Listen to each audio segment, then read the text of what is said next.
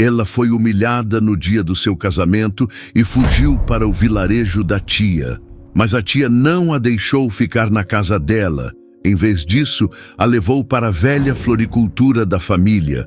Quando sua tia voltou 6 meses depois para vendê-la, ela congelou. O vestido branco, de um linho simples que ela mesma escolheu, parecia agora uma fantasia cruel, uma mortalha para a mulher que ela pensou que seria. Graça olhou seu reflexo no espelho do pequeno apartamento no Rio de Janeiro, um espaço que em poucas horas deveria ser o lar de um casal. Agora era apenas um cenário de desolação. O buquê de gérberas, suas flores favoritas, repousava sobre a cômoda, suas cores vibrantes zombando da palidez do rosto dela. O telefone, quando tocou, foi um alívio momentâneo na tensão que preenchia o ar. Era Maurício, finalmente. A família já a aguardava no cartório, os amigos mais próximos, a celebração íntima que haviam planejado. Ela atendeu com um sorriso ensaiado, pronta para dizer que já estava a caminho. Gracinha...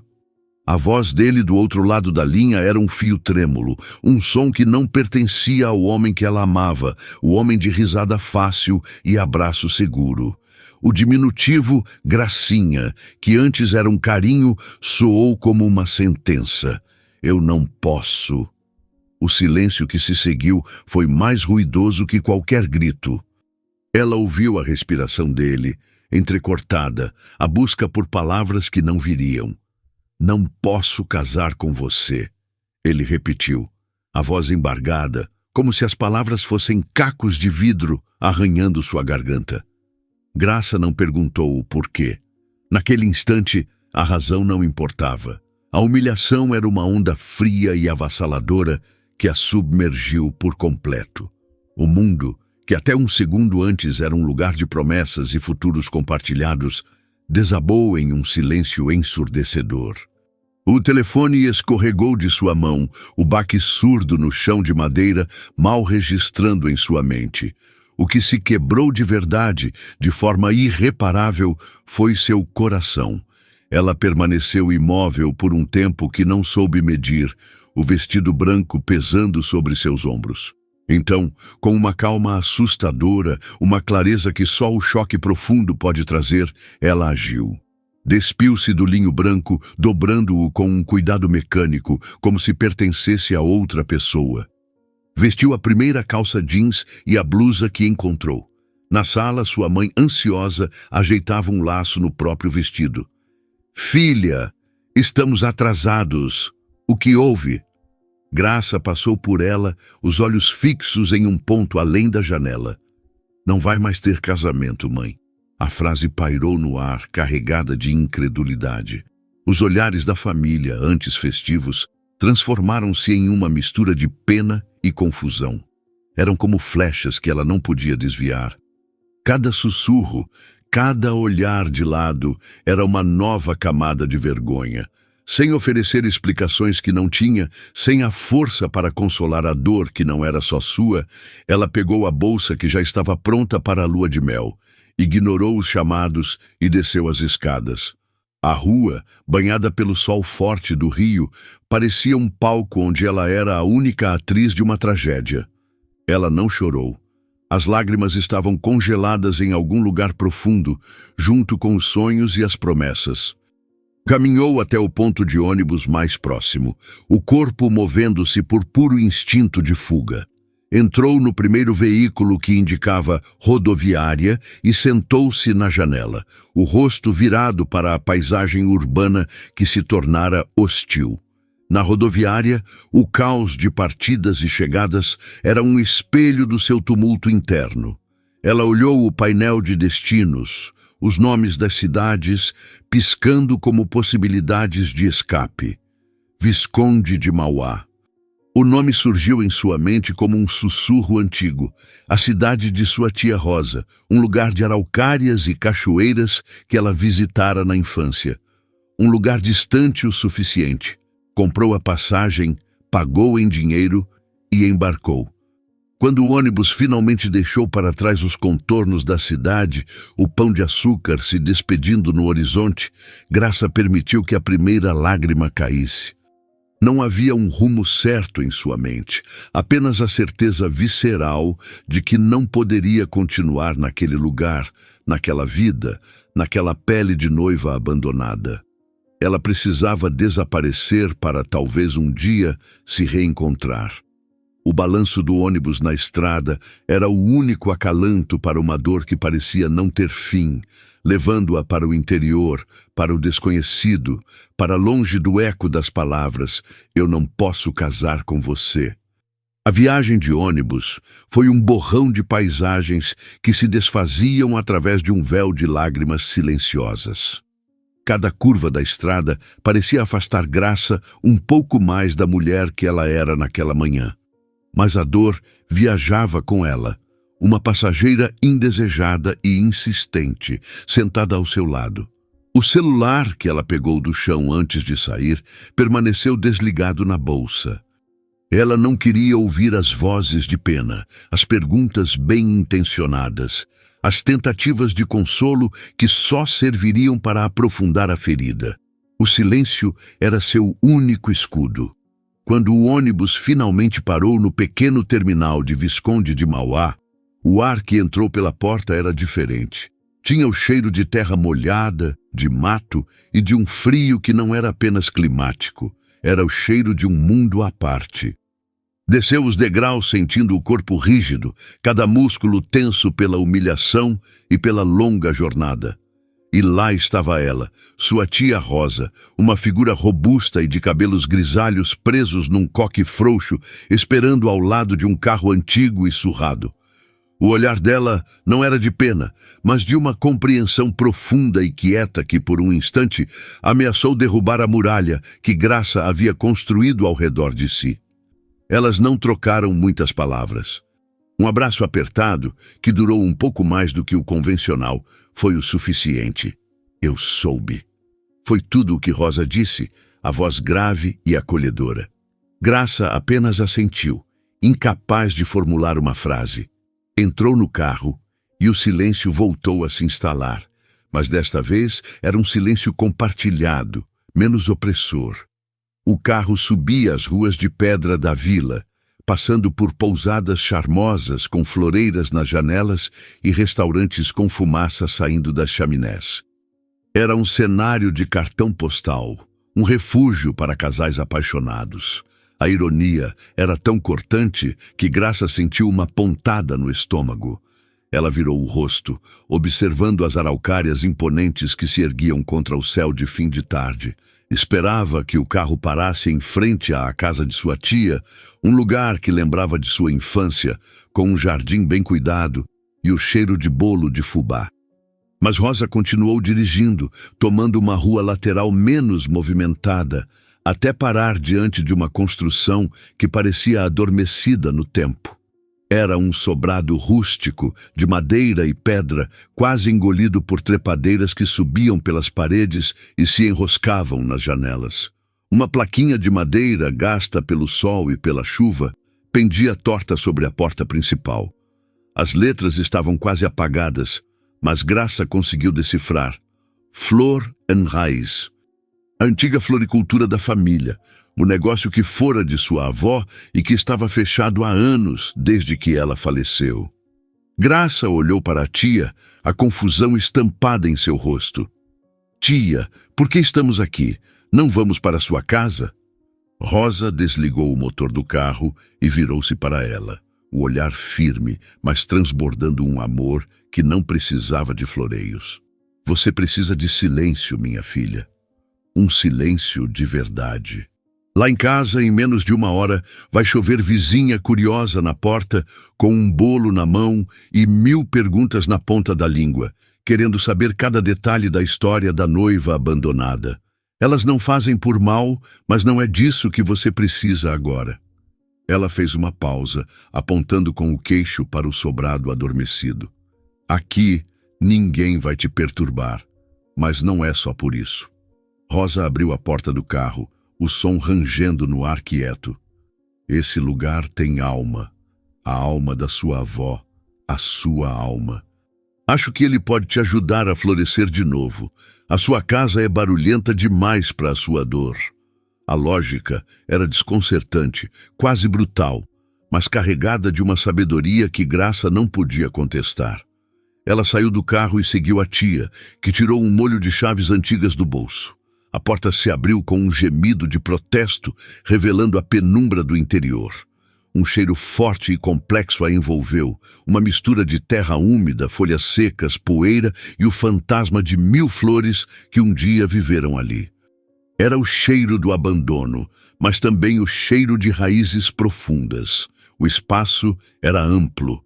Bancadas de madeira cobertas por uma fina camada de pó, prateleiras repletas de vasos de barro vazios, alguns empilhados, outros caídos. Ferramentas de jardinagem enferrujadas pendiam de ganchos na parede. Pelo chão, pétalas secas e folhas quebradiças formavam um tapete frágil. No fundo, uma escada de madeira levava ao andar de cima, onde ficava a pequena moradia. Tem água, luz e um chuveiro que funciona. A geladeira é velha, mas gela. Deixei umas compras na cozinha para você, disse Rosa, sua voz ecoando no vazio. Não é um palácio, mas é um porto. Graça caminhou lentamente pelo salão, os dedos roçando a superfície poeirenta de uma bancada. Ela olhou para as próprias mãos, as unhas ainda feitas para o casamento, um detalhe tão fútil agora. Ali, em meio a espinhos invisíveis e raízes adormecidas, sentiu o primeiro vislumbre de algo que não era humilhação ou desespero. Era um vazio. Um vazio imenso, assustador, mas que pela primeira vez parecia ter um contorno, um lugar para ser contido. Ela se virou para a tia, os olhos marejados. Obrigada. Rosa apenas sorriu, um sorriso triste e amoroso. Você não precisa me agradecer por te oferecer um lugar para se quebrar em paz. Chore o que tiver que chorar, grite com as paredes se precisar. Elas não vão te julgar. Eu volto amanhã. E com isso, ela se foi, fechando a porta e deixando Graça sozinha com os fantasmas e as possibilidades daquele lugar. A noite caiu sobre Visconde de Mauá e dentro da velha floricultura a escuridão era quase total. Graça não se deu ao trabalho de procurar os interruptores. Subiu a escada rangente e encontrou o pequeno quarto no andar de cima. Havia uma cama com lençóis limpos, um gesto de cuidado de sua tia. Ela não tirou a roupa, apenas se deitou, o corpo exausto finalmente cedendo. E ali, no coração da flor em raiz, abraçada pelo cheiro de terra e esquecimento, Gracinha se permitiu desmoronar. O choro veio, um soluço rasgado que parecia vir do fundo de sua alma, o som de um coração se partindo em um lugar onde ninguém, além das paredes silenciosas, podia ouvir. Era ali, em meio a espinhos e raízes, que ela começaria a morrer para poder, um dia, renascer. Os primeiros dias foram um mergulho no abismo. Graça acordava com o peso da realidade esmagando seu peito, uma dor física, aguda, que a deixava sem ar. O sol entrava pelas frestas das janelas empoeiradas, mas não trazia calor. Apenas a cruel lembrança de um novo dia que ela não queria enfrentar. O luto pelo futuro que lhe foi roubado era um animal selvagem dentro dela, arranhando, mordendo, exigindo ser sentido em sua plenitude. Ela se permitiu ser consumida. Havia dias em que não saía da cama, o corpo encolhido em posição fetal, como se tentasse retornar a um estado anterior à dor, a um tempo em que a palavra Maurício era sinônimo de amor, não de traição. Sua tia Rosa aparecia todos os dias, pontualmente ao meio-dia. Não forçava conversas, não fazia perguntas, apenas deixava uma sacola com pão fresco, queijo da região e frutas na soleira da porta, batia 2 vezes e ia embora. Era um ritual silencioso, uma âncora que a impedia de se perder completamente na escuridão. A presença de Rosa era um lembrete constante de que, Mesmo no fundo do poço, ela não estava totalmente sozinha. A fome era inconstante. Às vezes, a raiva a impulsionava para a cozinha, onde devorava o pão com uma fúria cega, como se pudesse mastigar e engolir a própria angústia. Em outros momentos, a tristeza lhe roubava o apetite, e a comida deixada pela tia permanecia intocada. O andar de cima, sua pequena morada improvisada, tornou-se uma cela. O de baixo, a floricultura, era um mausoléu que ela evitava, pois o cheiro de terra e decomposição parecia um espelho de seu estado interior. Foi em uma tarde cinzenta, talvez uma semana depois de sua chegada, que algo mudou. A dor ainda estava lá, uma companheira constante, mas uma nova sensação começou a borbulhar sob a superfície, um tédio profundo, uma inquietação que a impelia a se mover. O confinamento autoimposto começava a sufocá-la tanto quanto a própria mágoa. Ela desceu as escadas rangentes, o coração ainda pesado, e parou no meio do salão da floricultura. A poeira dançava nos poucos raios de luz que conseguiam atravessar a sujeira das vidraças. O caos era absoluto. Vasos quebrados, terra espalhada, ferramentas cobertas de ferrugem. Era a imagem perfeita de sua vida interior. E por alguma razão, isso a provocou. Uma faísca de irritação.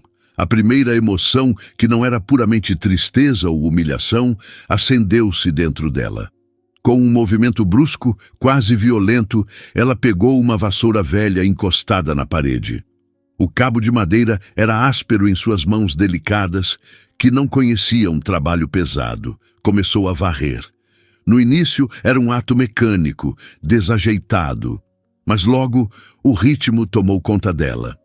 O som das cerdas arrastando as folhas secas e a poeira pelo chão de cimento queimado era estranhamente satisfatório. Era um som de ação, de mudança, por menor que fosse. Ela varreu por horas, o suor escorrendo por sua testa e se misturando às lágrimas silenciosas que ainda teimavam em cair. Juntou montanhas de detritos, de pétalas mortas que um dia foram vibrantes, de folhas que um dia foram verdes. Cada monte de lixo parecia uma parte de sua dor que ela estava finalmente conseguindo juntar e colocar para fora.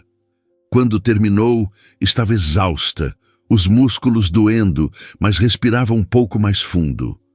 O ar no salão ainda era pesado, mas havia um caminho limpo no meio do caos. Um pequeno caminho. No dia seguinte, ela acordou com um propósito. Desceu e começou a limpar os vasos, um por um. Eram dezenas, talvez centenas. Mergulhava as mãos na água fria, esfregava a terra endurecida, removia as teias de aranha e os vestígios de raízes mortas. O contato com a terra, mesmo que antiga e sem vida, era primitivo, fundamental. Suas unhas, antes perfeitamente esmaltadas para um casamento que não aconteceu, agora estavam sujas, quebradas, e isso lhe trouxe uma estranha sensação de libertação. Ela não era mais a noiva, era apenas uma mulher com as mãos sujas de terra. Enquanto limpava, encontrou um pé de lavanda esquecido em um canto. Estava quase completamente seco, os galhos cinzentos e quebradiços, as flores pálidas e sem perfume. Sua primeira inclinação foi jogá-lo fora, junto com o resto do entulho. Mas algo a deteve. Ela tocou um dos galhos frágeis e, para sua surpresa, sentiu uma leve flexibilidade perto da base. Havia um vestígio de vida ali, uma teimosia, uma recusa em morrer completamente. Com um cuidado que não sabia possuir, ela levou o vaso para perto da única torneira que funcionava no salão. Deu-lhe um pouco de água, sem muita esperança. Colocou-o no lugar mais iluminado que encontrou, perto de uma janela que ela limpou com a manga da blusa. Era um gesto pequeno, quase irracional, mas naquele pé de lavanda ressecado, ela viu um reflexo de si mesma, abandonada, esquecida, aparentemente morta por dentro. E ao regá-lo, sentiu como se estivesse oferecendo a si mesma uma gota de esperança. Talvez, apenas talvez, ainda houvesse beleza que pudesse ser recuperada. Os dias seguintes ganharam uma nova rotina: limpar, organizar, restaurar. Ela lixou as bancadas de madeira, revelando os veios bonitos sob a camada de sujeira e abandono. Organizou os vasos por tamanho e material. Limpou as ferramentas, uma a uma, removendo a ferrugem com palha de aço até que o metal voltasse a brilhar. O trabalho era árduo, físico, e exauria seu corpo de uma forma que acalmava sua mente. À noite, ela não desmaiava mais de tristeza, mas de um cansaço honesto, o cansaço de quem construiu algo, por menor que fosse. A floricultura, lentamente, começava a respirar de novo, e Graça, sem perceber também. O silêncio do lugar já não era assustador. Tornou-se um companheiro, um espaço onde ela podia ouvir os próprios pensamentos sem o ruído do mundo exterior. O trabalho com as mãos, o foco em tarefas concretas e tangíveis, começou a curar o que estava partido dentro dela. Ela não pensava em Maurício o tempo todo. Havia momentos, longos trechos do dia, em que sua mente estava ocupada apenas com a consistência da terra, o formato de um vaso, o brilho de uma ferramenta limpa. Um dia, sua tia Rosa chegou com a sacola de sempre e a encontrou no meio do salão, o rosto sujo de poeira, mas os olhos brilhando com uma nova luz. O espaço estava irreconhecível. Organizado, limpo, esperando. Rosa olhou ao redor, um sorriso lento se espalhando por seu rosto. "Eu sabia", ela disse, a voz embargada de emoção. "Eu sabia que este lugar estava esperando por você e que você estava esperando por ele." Graça deu um sorriso cansado, mas verdadeiro. "Ainda há muito a fazer." "Sempre há", respondeu a tia. "Mas você começou. Isso é o que importa." Naquela noite, ao observar o pé de lavanda, Graça notou algo que fez seu coração dar um salto. Um pequeno, minúsculo broto verde despontava de um dos galhos cinzentos. Era quase imperceptível, um milagre silencioso acontecendo no canto de uma floricultura abandonada. E pela primeira vez em muito tempo, Graça não chorou de dor. Chorou de uma emoção nova e frágil que ela mal ousava nomear. Era a prova viva de que mesmo o que parece morto pode, com cuidado e tempo, encontrar um caminho de volta à vida. E se aquela pequena planta podia, talvez ela também pudesse. O pequeno broto verde na lavanda tornou-se o epicentro do novo mundo de Graça. Todas as manhãs, antes mesmo de lavar o rosto, ela descia para examiná-lo, como se sua própria sobrevivência dependesse daquela minúscula folha. E, de certa forma, dependia. Aquele ponto de vida era a prova tangível de que a resiliência não era apenas uma palavra bonita, mas uma força real, silenciosa e teimosa. Se a vida podia insistir em um galho que parecia morto, talvez ela também pudesse insistir em um coração que parecia partido. A limpeza e a organização da floricultura haviam dado à Graça um propósito físico, um alívio para a mente atormentada. Mas agora, diante daquele broto, ela percebeu que não bastava limpar o passado, era preciso aprender a cultivar o futuro. Ela não sabia nada sobre flores, além de gostar das gérberas que Maurício nunca lhe dava. O trabalho de sua avó sempre foi um pano de fundo distante de suas visitas na infância. Um cheiro, uma imagem, mas nunca uma prática. Agora, a ignorância a frustrava. Ela queria saber como cuidar daquela lavanda, como garantir que o pequeno broto se transformasse em um ramo forte e perfumado. Foi sua tia Rosa quem lhe deu o próximo rumo. Durante uma de suas visitas, que agora incluíam longos períodos de conversa regada a café, Graça confessou sua inaptidão. "Eu não sei o que fazer, tia." "E se eu matar a única coisa que consegui salvar?" Rosa sorriu, aquele sorriso sábio que parecia conter todas as respostas. Você não precisa saber tudo, minha filha. Você só precisa ter a humildade de perguntar a quem sabe. A terra, assim como a vida, tem seus mestres. E aqui em Mauá, a maior mestra de todas ainda vive. Quem? Perguntou Graça, a curiosidade sobrepondo-se à melancolia. Dona Zulmira, a florista que ensinou sua avó. Ela é a memória viva das flores desta serra. O nome soou como uma lenda. Graça se lembrava vagamente de uma senhora de olhar penetrante e mãos manchadas de terra, uma figura quase mítica da cidade. A ideia de procurá-la era intimidante. Seria como pedir uma audiência com a própria montanha. Mas o desejo de aprender, de fazer o certo por aquela pequena lavanda, era mais forte que o medo. No dia seguinte, com o endereço anotado em um pedaço de papel, Graça caminhou até a parte mais antiga da vila. A casa de Dona Zulmira era pequena, um chalé de madeira aninhado no fundo de um terreno exuberante, que mais parecia uma floresta encantada do que um simples jardim. Não havia cercas, apenas um caminho de pedras que serpenteava por entre canteiros de flores silvestres, ervas aromáticas e arbustos que cresciam em uma desordem harmoniosa. O ar era denso com o perfume de alecrim, jasmim e terra úmida. Ela encontrou a dona da casa nos fundos, de joelhos em um canteiro, podando um pé de sálvia com uma tesoura antiga. Dona Zulmira era exatamente como Graça se lembrava. Pequena, encurvada pelo tempo, com cabelos brancos como a geada e um rosto sulcado por rugas profundas que contavam histórias. Ela não pareceu notar a aproximação de Graça até que esta estivesse a poucos metros de distância. Pois não? A voz dela era grave, um pouco áspera, como casca de árvore. Graça sentiu-se como uma criança pega em travessura. Bom dia, Dona Zulmira. Meu nome é Graça. Sou neta da Lídia da Floron Raiz. Os olhos escuros e brilhantes da velha senhora a avaliaram dos pés à cabeça sem pressa. Havia uma inteligência aguda naquele olhar, uma capacidade de ver além da superfície. Lídia era uma boa mulher, tinha mão boa.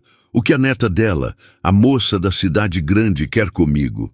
A pergunta não era rude, mas direta, sem espaço para rodeios. Eu quero aprender, gaguejou Graça, sentindo-se subitamente inadequada. Estou na antiga floricultura e não sei nada, não sei podar, não sei regar direito, não sei o que é tempo de plantar ou de colher. Eu só quero aprender. Zulmira voltou sua atenção para a sálvia, cortando um galho seco com um estalo preciso. O silêncio se estendeu, pesado. Graça pensou que seria dispensada, que sua jornada terminara ali. Aprender não é querer, disse Zulmira finalmente, sem olhá-la. Aprender é esvaziar a mão para poder receber, é calar a boca para poder ouvir, é sujar o joelho na terra. A maioria das pessoas hoje quer a flor, mas não quer o espinho, não quer a lama, não quer a espera. Você quer o quê? A pergunta a atingiu em cheio. O que ela queria? Não era apenas sobre flores, era sobre si mesma. Eu quero a lama, respondeu Graça, a voz firme pela primeira vez. Eu quero a espera, eu quero entender a raiz. Dona Zulmira parou o que estava fazendo e, pela primeira vez, um vislumbre de interesse cruzou seu rosto. Ela se levantou com uma agilidade surpreendente para sua idade, limpando as mãos sujas de terra na lateral do avental. Amanhã, 6 da manhã. Esteja aqui e não venha com essas unhas de moça. Foi a aceitação mais dura e, ao mesmo tempo, mais gratificante que Graça já recebera. As semanas seguintes foram uma imersão em um universo completamente novo. Às 6 da manhã, Graça já estava no jardim de Zulmira, que se tornara sua sala de aula. A velha florista era uma professora exigente, de poucas palavras, que ensinava pelo exemplo. Ela não dava longas explicações. Ela mostrava. Mostrava como o toque nos galhos de uma roseira podia revelar onde a poda era necessária.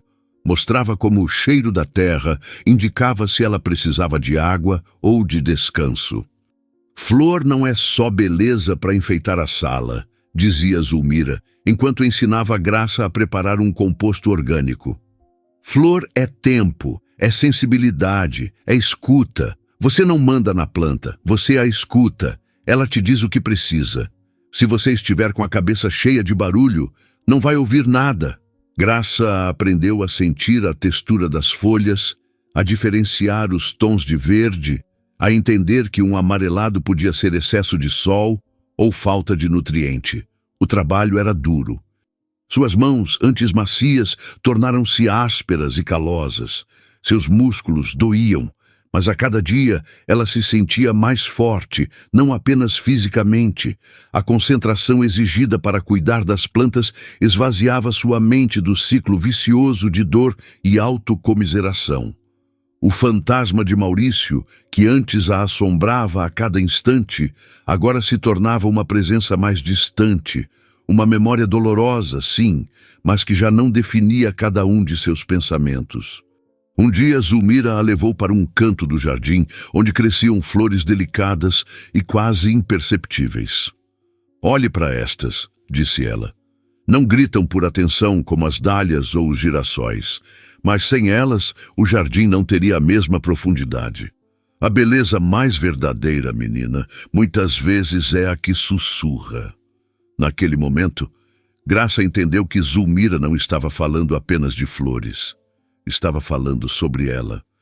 Sobre o processo de se reconstruir longe dos holofotes, em silêncio, de dentro para fora.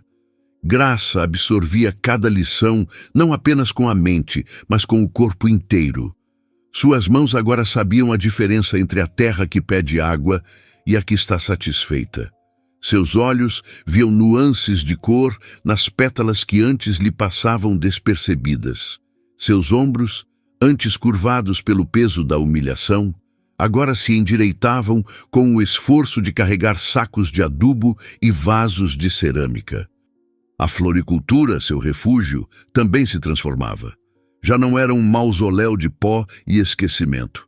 Era um ateliê, um laboratório, um santuário. Sob a orientação de Zulmira, Graça começou a cultivar suas próprias mudas nos fundos do terreno. Pequenos brotos de gerânios, amores perfeitos e bocas de leão começaram a surgir em canteiros improvisados, cada nova folha uma pequena vitória pessoal. A lavanda, a primeira a receber seu cuidado, agora era um arbusto viçoso, seus ramos balançando suavemente com a brisa que entrava pelas janelas agora limpas, exalando um perfume que era a fragrância da própria resiliência. A mudança não passou despercebida. A porta da flor em raiz, antes sempre fechada, agora ficava entreaberta durante o dia, convidando o ar e a luz a entrar. Um dia, enquanto montava um pequeno arranjo de flores do campo para si mesma, uma senhora que passava na rua parou e espiou pela fresta. "Menina, que coisa mais linda", disse ela, apontando para o buquê simples que Graça segurava. "É para vender?" A pergunta a pegou de surpresa. Ela nunca havia pensado nisso. Aquele trabalho todo era para si, para sua cura. Mas o olhar admirado da mulher despertou algo novo. "Ainda não, mas pode ser", respondeu, um sorriso tímido surgindo em seus lábios. Aquele foi o começo. No dia seguinte, movida por um impulso, Graça pegou 3 vasos pequenos com mudas de violeta e os colocou em um caixote de madeira na calçada, em frente à loja. Não colocou preço, apenas os deixou ali, como um presente. Em menos de 1 hora, os 3 haviam sumido e, em seu lugar, alguém deixou algumas moedas. O gesto a encorajou. Ela começou a fazer pequenos arranjos com as flores que colhia no jardim de Zulmira ou as que brotavam em seus próprios canteiros. Buquês rústicos amarrados com ráfia que capturavam a beleza selvagem da serra. Colocava-os em baldes de metal na porta da loja. A princípio, eram os moradores locais que compravam, curiosos com o renascimento do lugar que por tanto tempo esteve adormecido. Uma flor para a mesa do jantar, um raminho de alecrim para a cozinha, um vaso para alegrar a janela. Então, os turistas começaram a notar. Visconde de Mauá, com seu fluxo constante de visitantes em busca de romance e natureza, era o palco perfeito.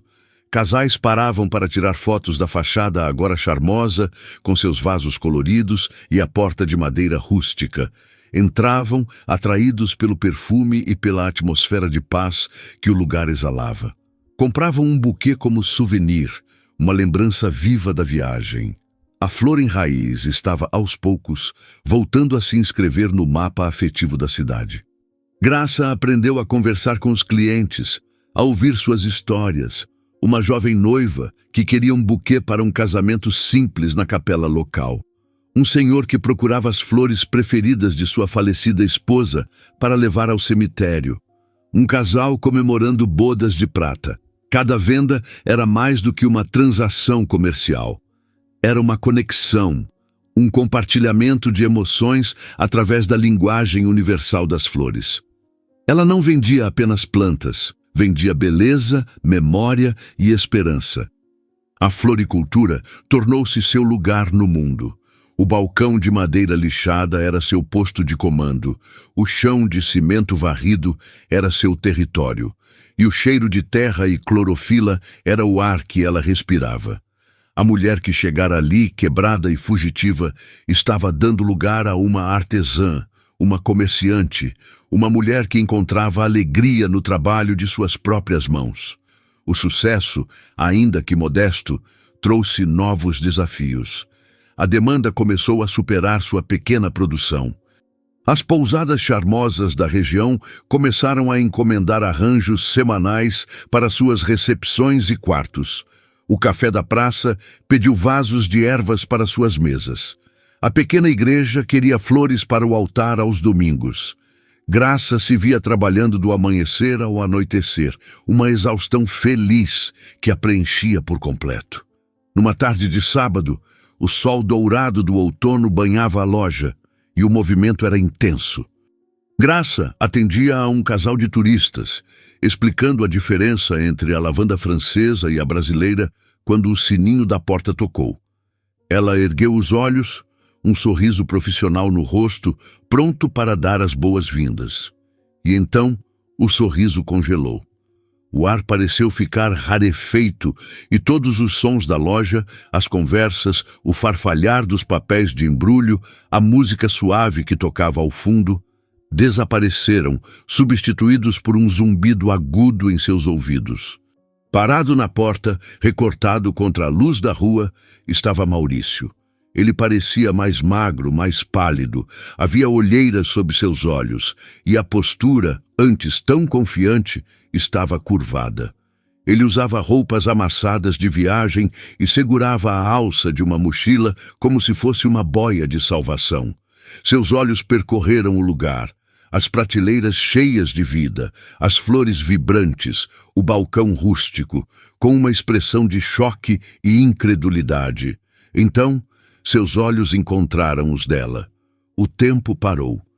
Para Graça, foi como se o chão se abrisse sob seus pés, ameaçando tragá-la de volta para o abismo do qual ela lutara tanto para sair.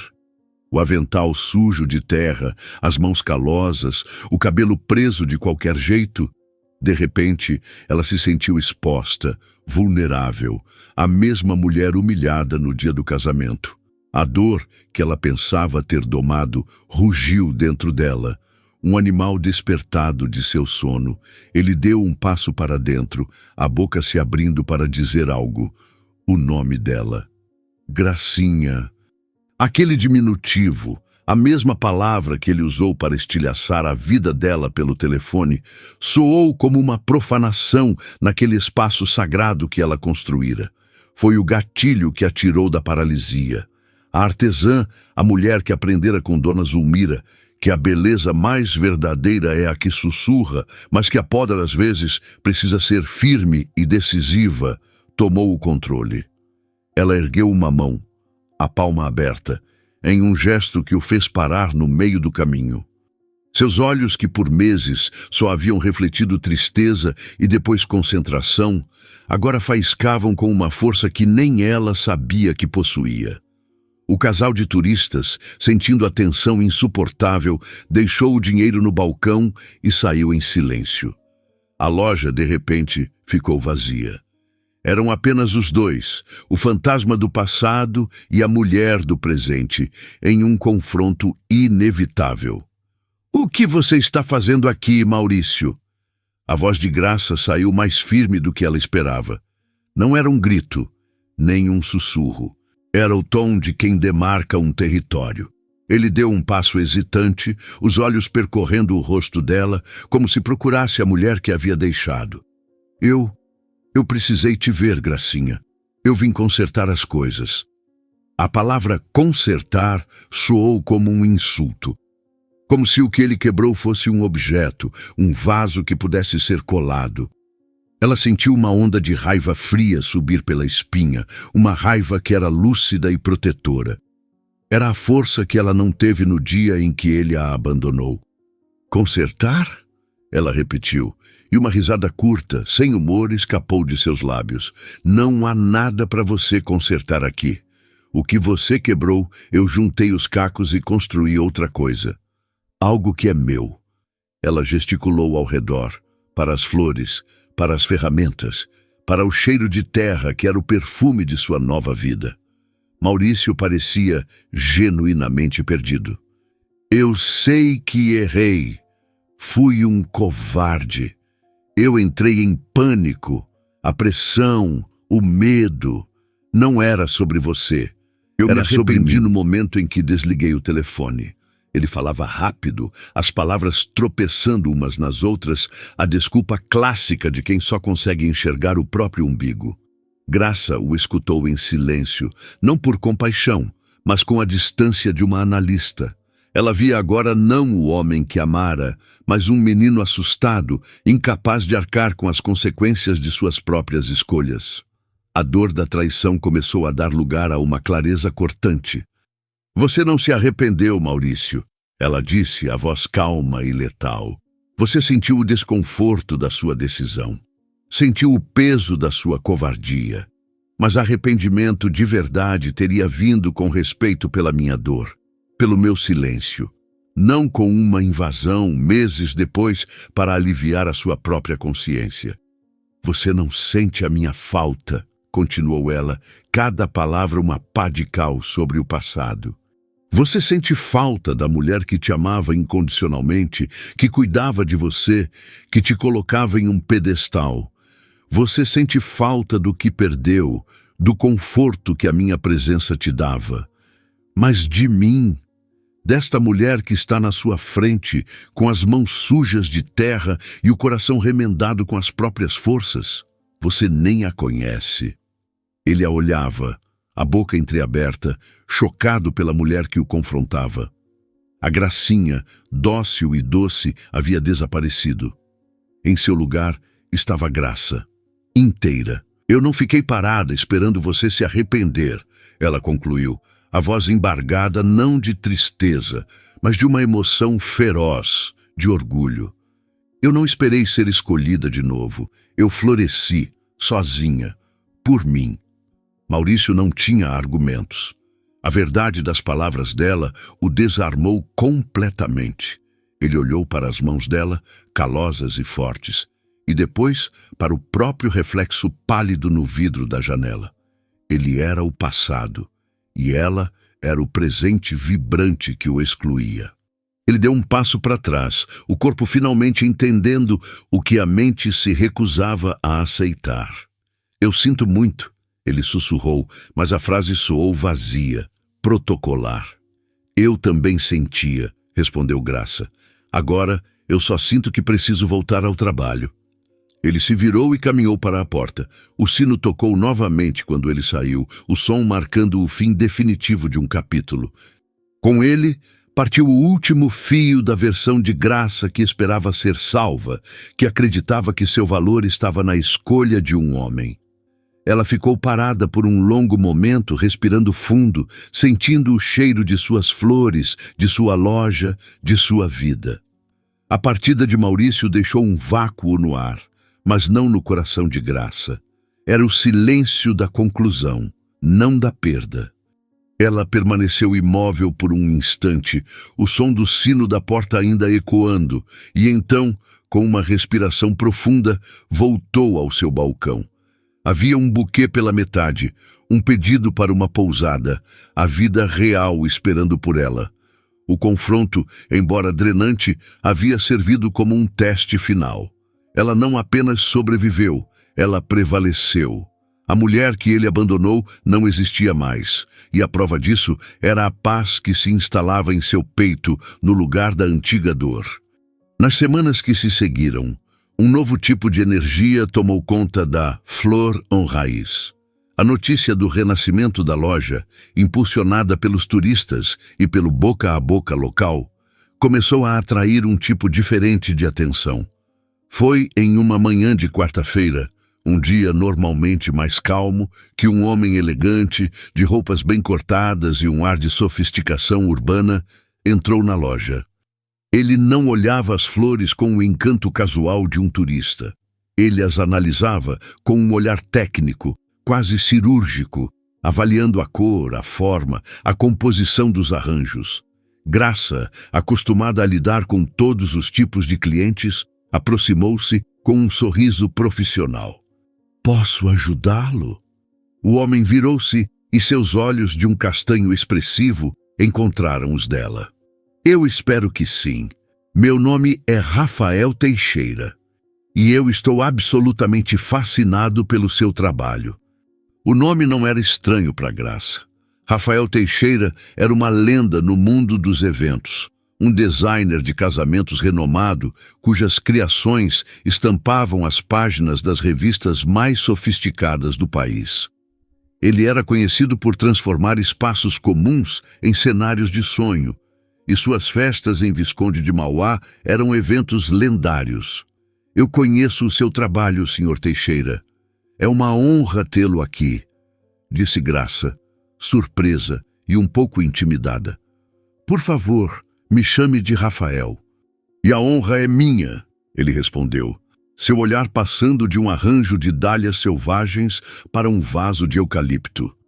"Há meses venho planejando um casamento grande em uma das pousadas aqui perto. E há meses procuro por um fornecedor de flores que entenda a alma deste lugar. Eu estava cansado do óbvio, das rosas importadas, dos arranjos genéricos, e então, na recepção da minha pousada, eu vi um buquê seu, natural e encantador. Tinha mais personalidade do que qualquer orquídea que eu já vi. Eu precisei descobrir quem era o artista por trás dele." Graça sentiu o rosto corar. Era o tipo de reconhecimento profissional que ela nunca ousara sonhar. "Eu apenas tento ouvir o que as flores daqui têm a dizer." Rafael sorriu, um sorriso genuíno que iluminou seu rosto. "Pois elas estão dizendo coisas maravilhosas. Eu tenho uma proposta para você, Graça. Gostaria que a Flor en Raiz fornecesse todas as flores e arranjos para este casamento. E se a parceria der certo, para todos os meus futuros eventos na região." A proposta era monumental. Era um salto que a levaria de uma pequena florista local para um patamar profissional completamente diferente. O medo e a empolgação travaram uma batalha dentro dela. Seria capaz? Teria estrutura para um evento daquele porte? Como se lesse seus pensamentos, Rafael continuou. "Eu sei que é um pedido grande. E é por isso que não seria apenas uma encomenda. Seria uma parceria. Eu ofereceria o suporte necessário, um adiantamento para que você possa investir em mais matéria-prima, talvez até contratar uma ajudante. Eu não quero mudar seu estilo.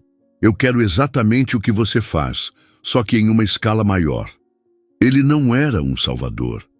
Era um profissional que reconhecia o talento de outro. Ele não a via como uma coitada a ser ajudada, mas como uma parceira em potencial. Essa distinção era tudo. Era o oposto do que Maurício representava. Graça olhou ao redor de sua loja, para as paredes que ela mesma limpara, para as plantas que cultivara. Aquele lugar era a prova de sua força. Ela aceitou. Os dias seguintes foram um turbilhão de atividade.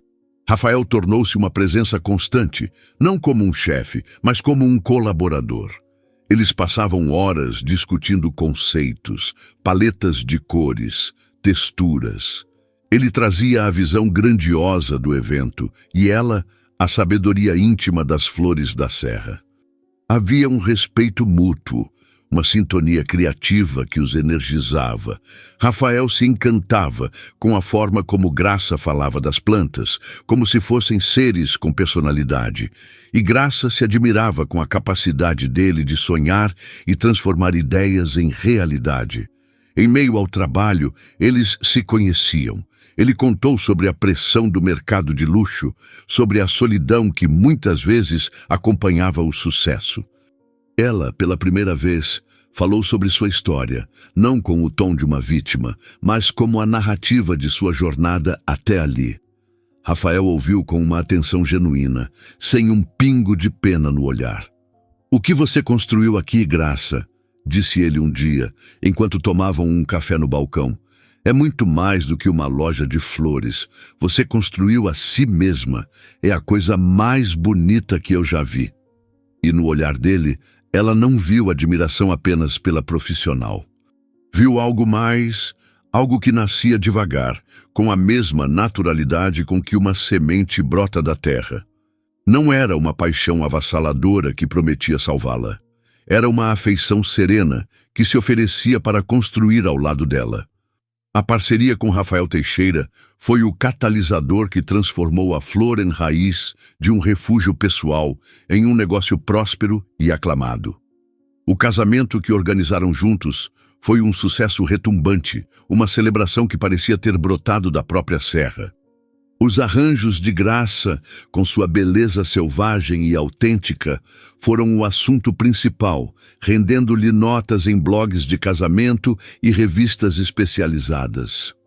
A florista anônima de Visconde de Mauá, a mulher que chegara ali com o coração em frangalhos, tornara-se um nome sussurrado com admiração por noivas de todo o Brasil. O sucesso trouxe consigo a necessidade de crescer. A demanda era grande demais para um par de mãos apenas. Com o apoio financeiro e a orientação jurídica de Rafael, que se tornou muito mais que um parceiro de negócios, Graça deu o passo mais importante de sua nova vida. Comprou o imóvel da floricultura. Aquele sobrado rústico, que fora seu abrigo no momento de maior desespero, agora era oficialmente seu. A assinatura no contrato foi um ato mais significativo do que qualquer certidão de casamento jamais poderia ser. Era um pacto consigo mesma, a posse definitiva de seu destino. Com a propriedade em mãos, ela expandiu.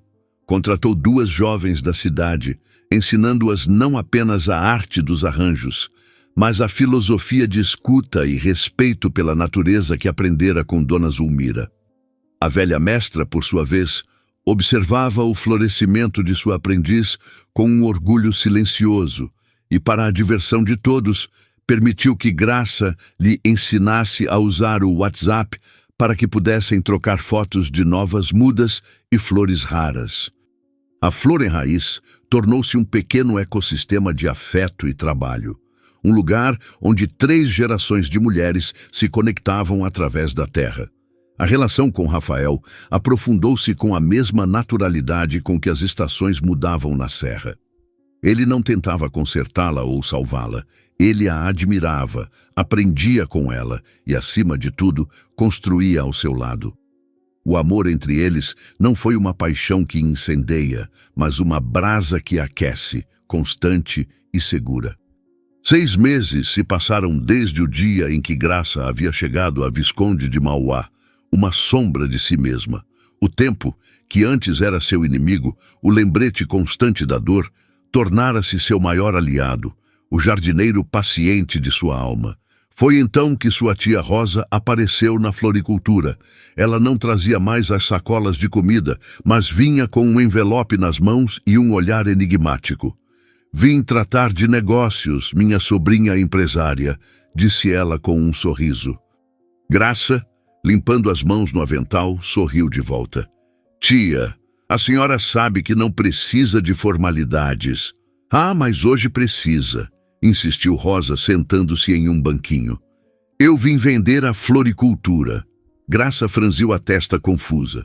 Mas, tia, eu já comprei. Assinamos os papéis no mês passado.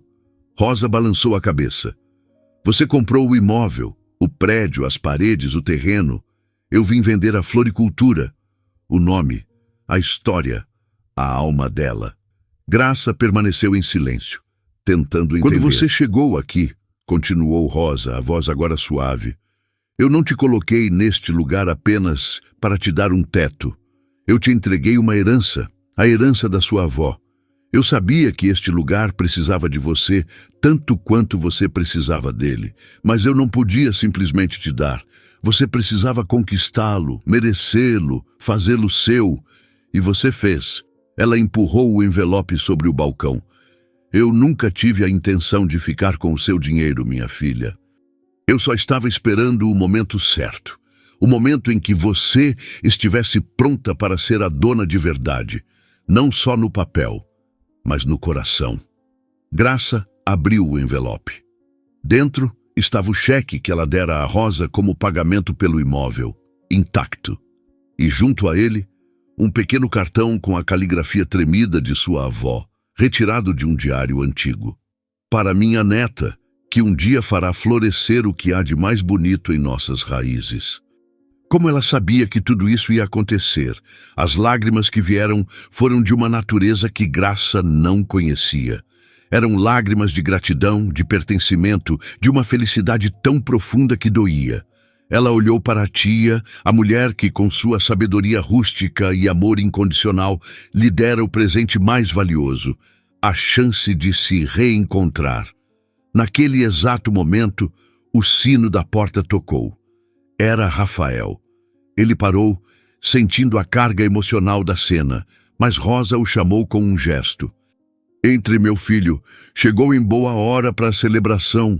Rafael aproximou-se, o olhar passando do cheque nas mãos de Graça para o rosto banhado em lágrimas da mulher que amava. Ele entendeu sem precisar de palavras. Mais tarde, quando o sol começou a se pôr atrás das montanhas, pintando o céu com tons de laranja e violeta, Rafael levou Graça para um passeio. Eles subiram por uma estrada de terra até um ponto alto, um terreno com uma vista deslumbrante para o vale. O ar era puro, e o único som era o do vento nas araucárias. Eu estive olhando este lugar, disse ele, a voz calma. Pensei nele para um novo projeto. Um espaço maior, com estufas para suas flores, uma pequena escola de jardinagem para você dar cursos, talvez um lugar para eventos ao ar livre, integrado à natureza. Ele se virou para ela, os olhos castanhos refletindo a luz do crepúsculo. Aqui pode ser a sede do nosso novo sonho, se você quiser, claro. Graça olhou para o vale, para a imensidão verde que se estendia à sua frente. 6 meses antes, ela era uma mulher deixada em um cartório, um coração quebrado em uma cidade grande. Agora, ela estava no topo de uma montanha, dona de seu negócio, de sua casa, de sua história. Ela não era mais a mulher que foi abandonada. Era a criadora de beleza, a mulher que fez nascer esperança do luto, a herdeira de um legado de força feminina. Ela se virou para Rafael, o coração leve e pleno. O amor que sentia por ele não era uma necessidade, mas uma escolha feliz. Se for para ser como foi na floricultura, ela respondeu, a voz firme e serena, devagar, com verdade, com respeito e juntos. Eu quero. Ele sorriu e a abraçou. E naquele abraço, com o mundo a seus pés, Graça entendeu a lição final que a terra lhe ensinara. Algumas sementes precisam do inverno rigoroso, da escuridão e do silêncio para poderem germinar. Ela precisou ser arrancada de uma vida para finalmente fincar suas próprias raízes. E agora ela florescia, no jardim, na cidade e finalmente no coração. Nossa, me emocionei no final, até chorei. O que vocês acharam da história? Dê uma nota de 0 a 10. Deixe seu curtir no vídeo, isso me ajuda muito e fico muito grato. Se inscreva no canal para receber nossas histórias diariamente. Um beijo no seu coração e até a próxima.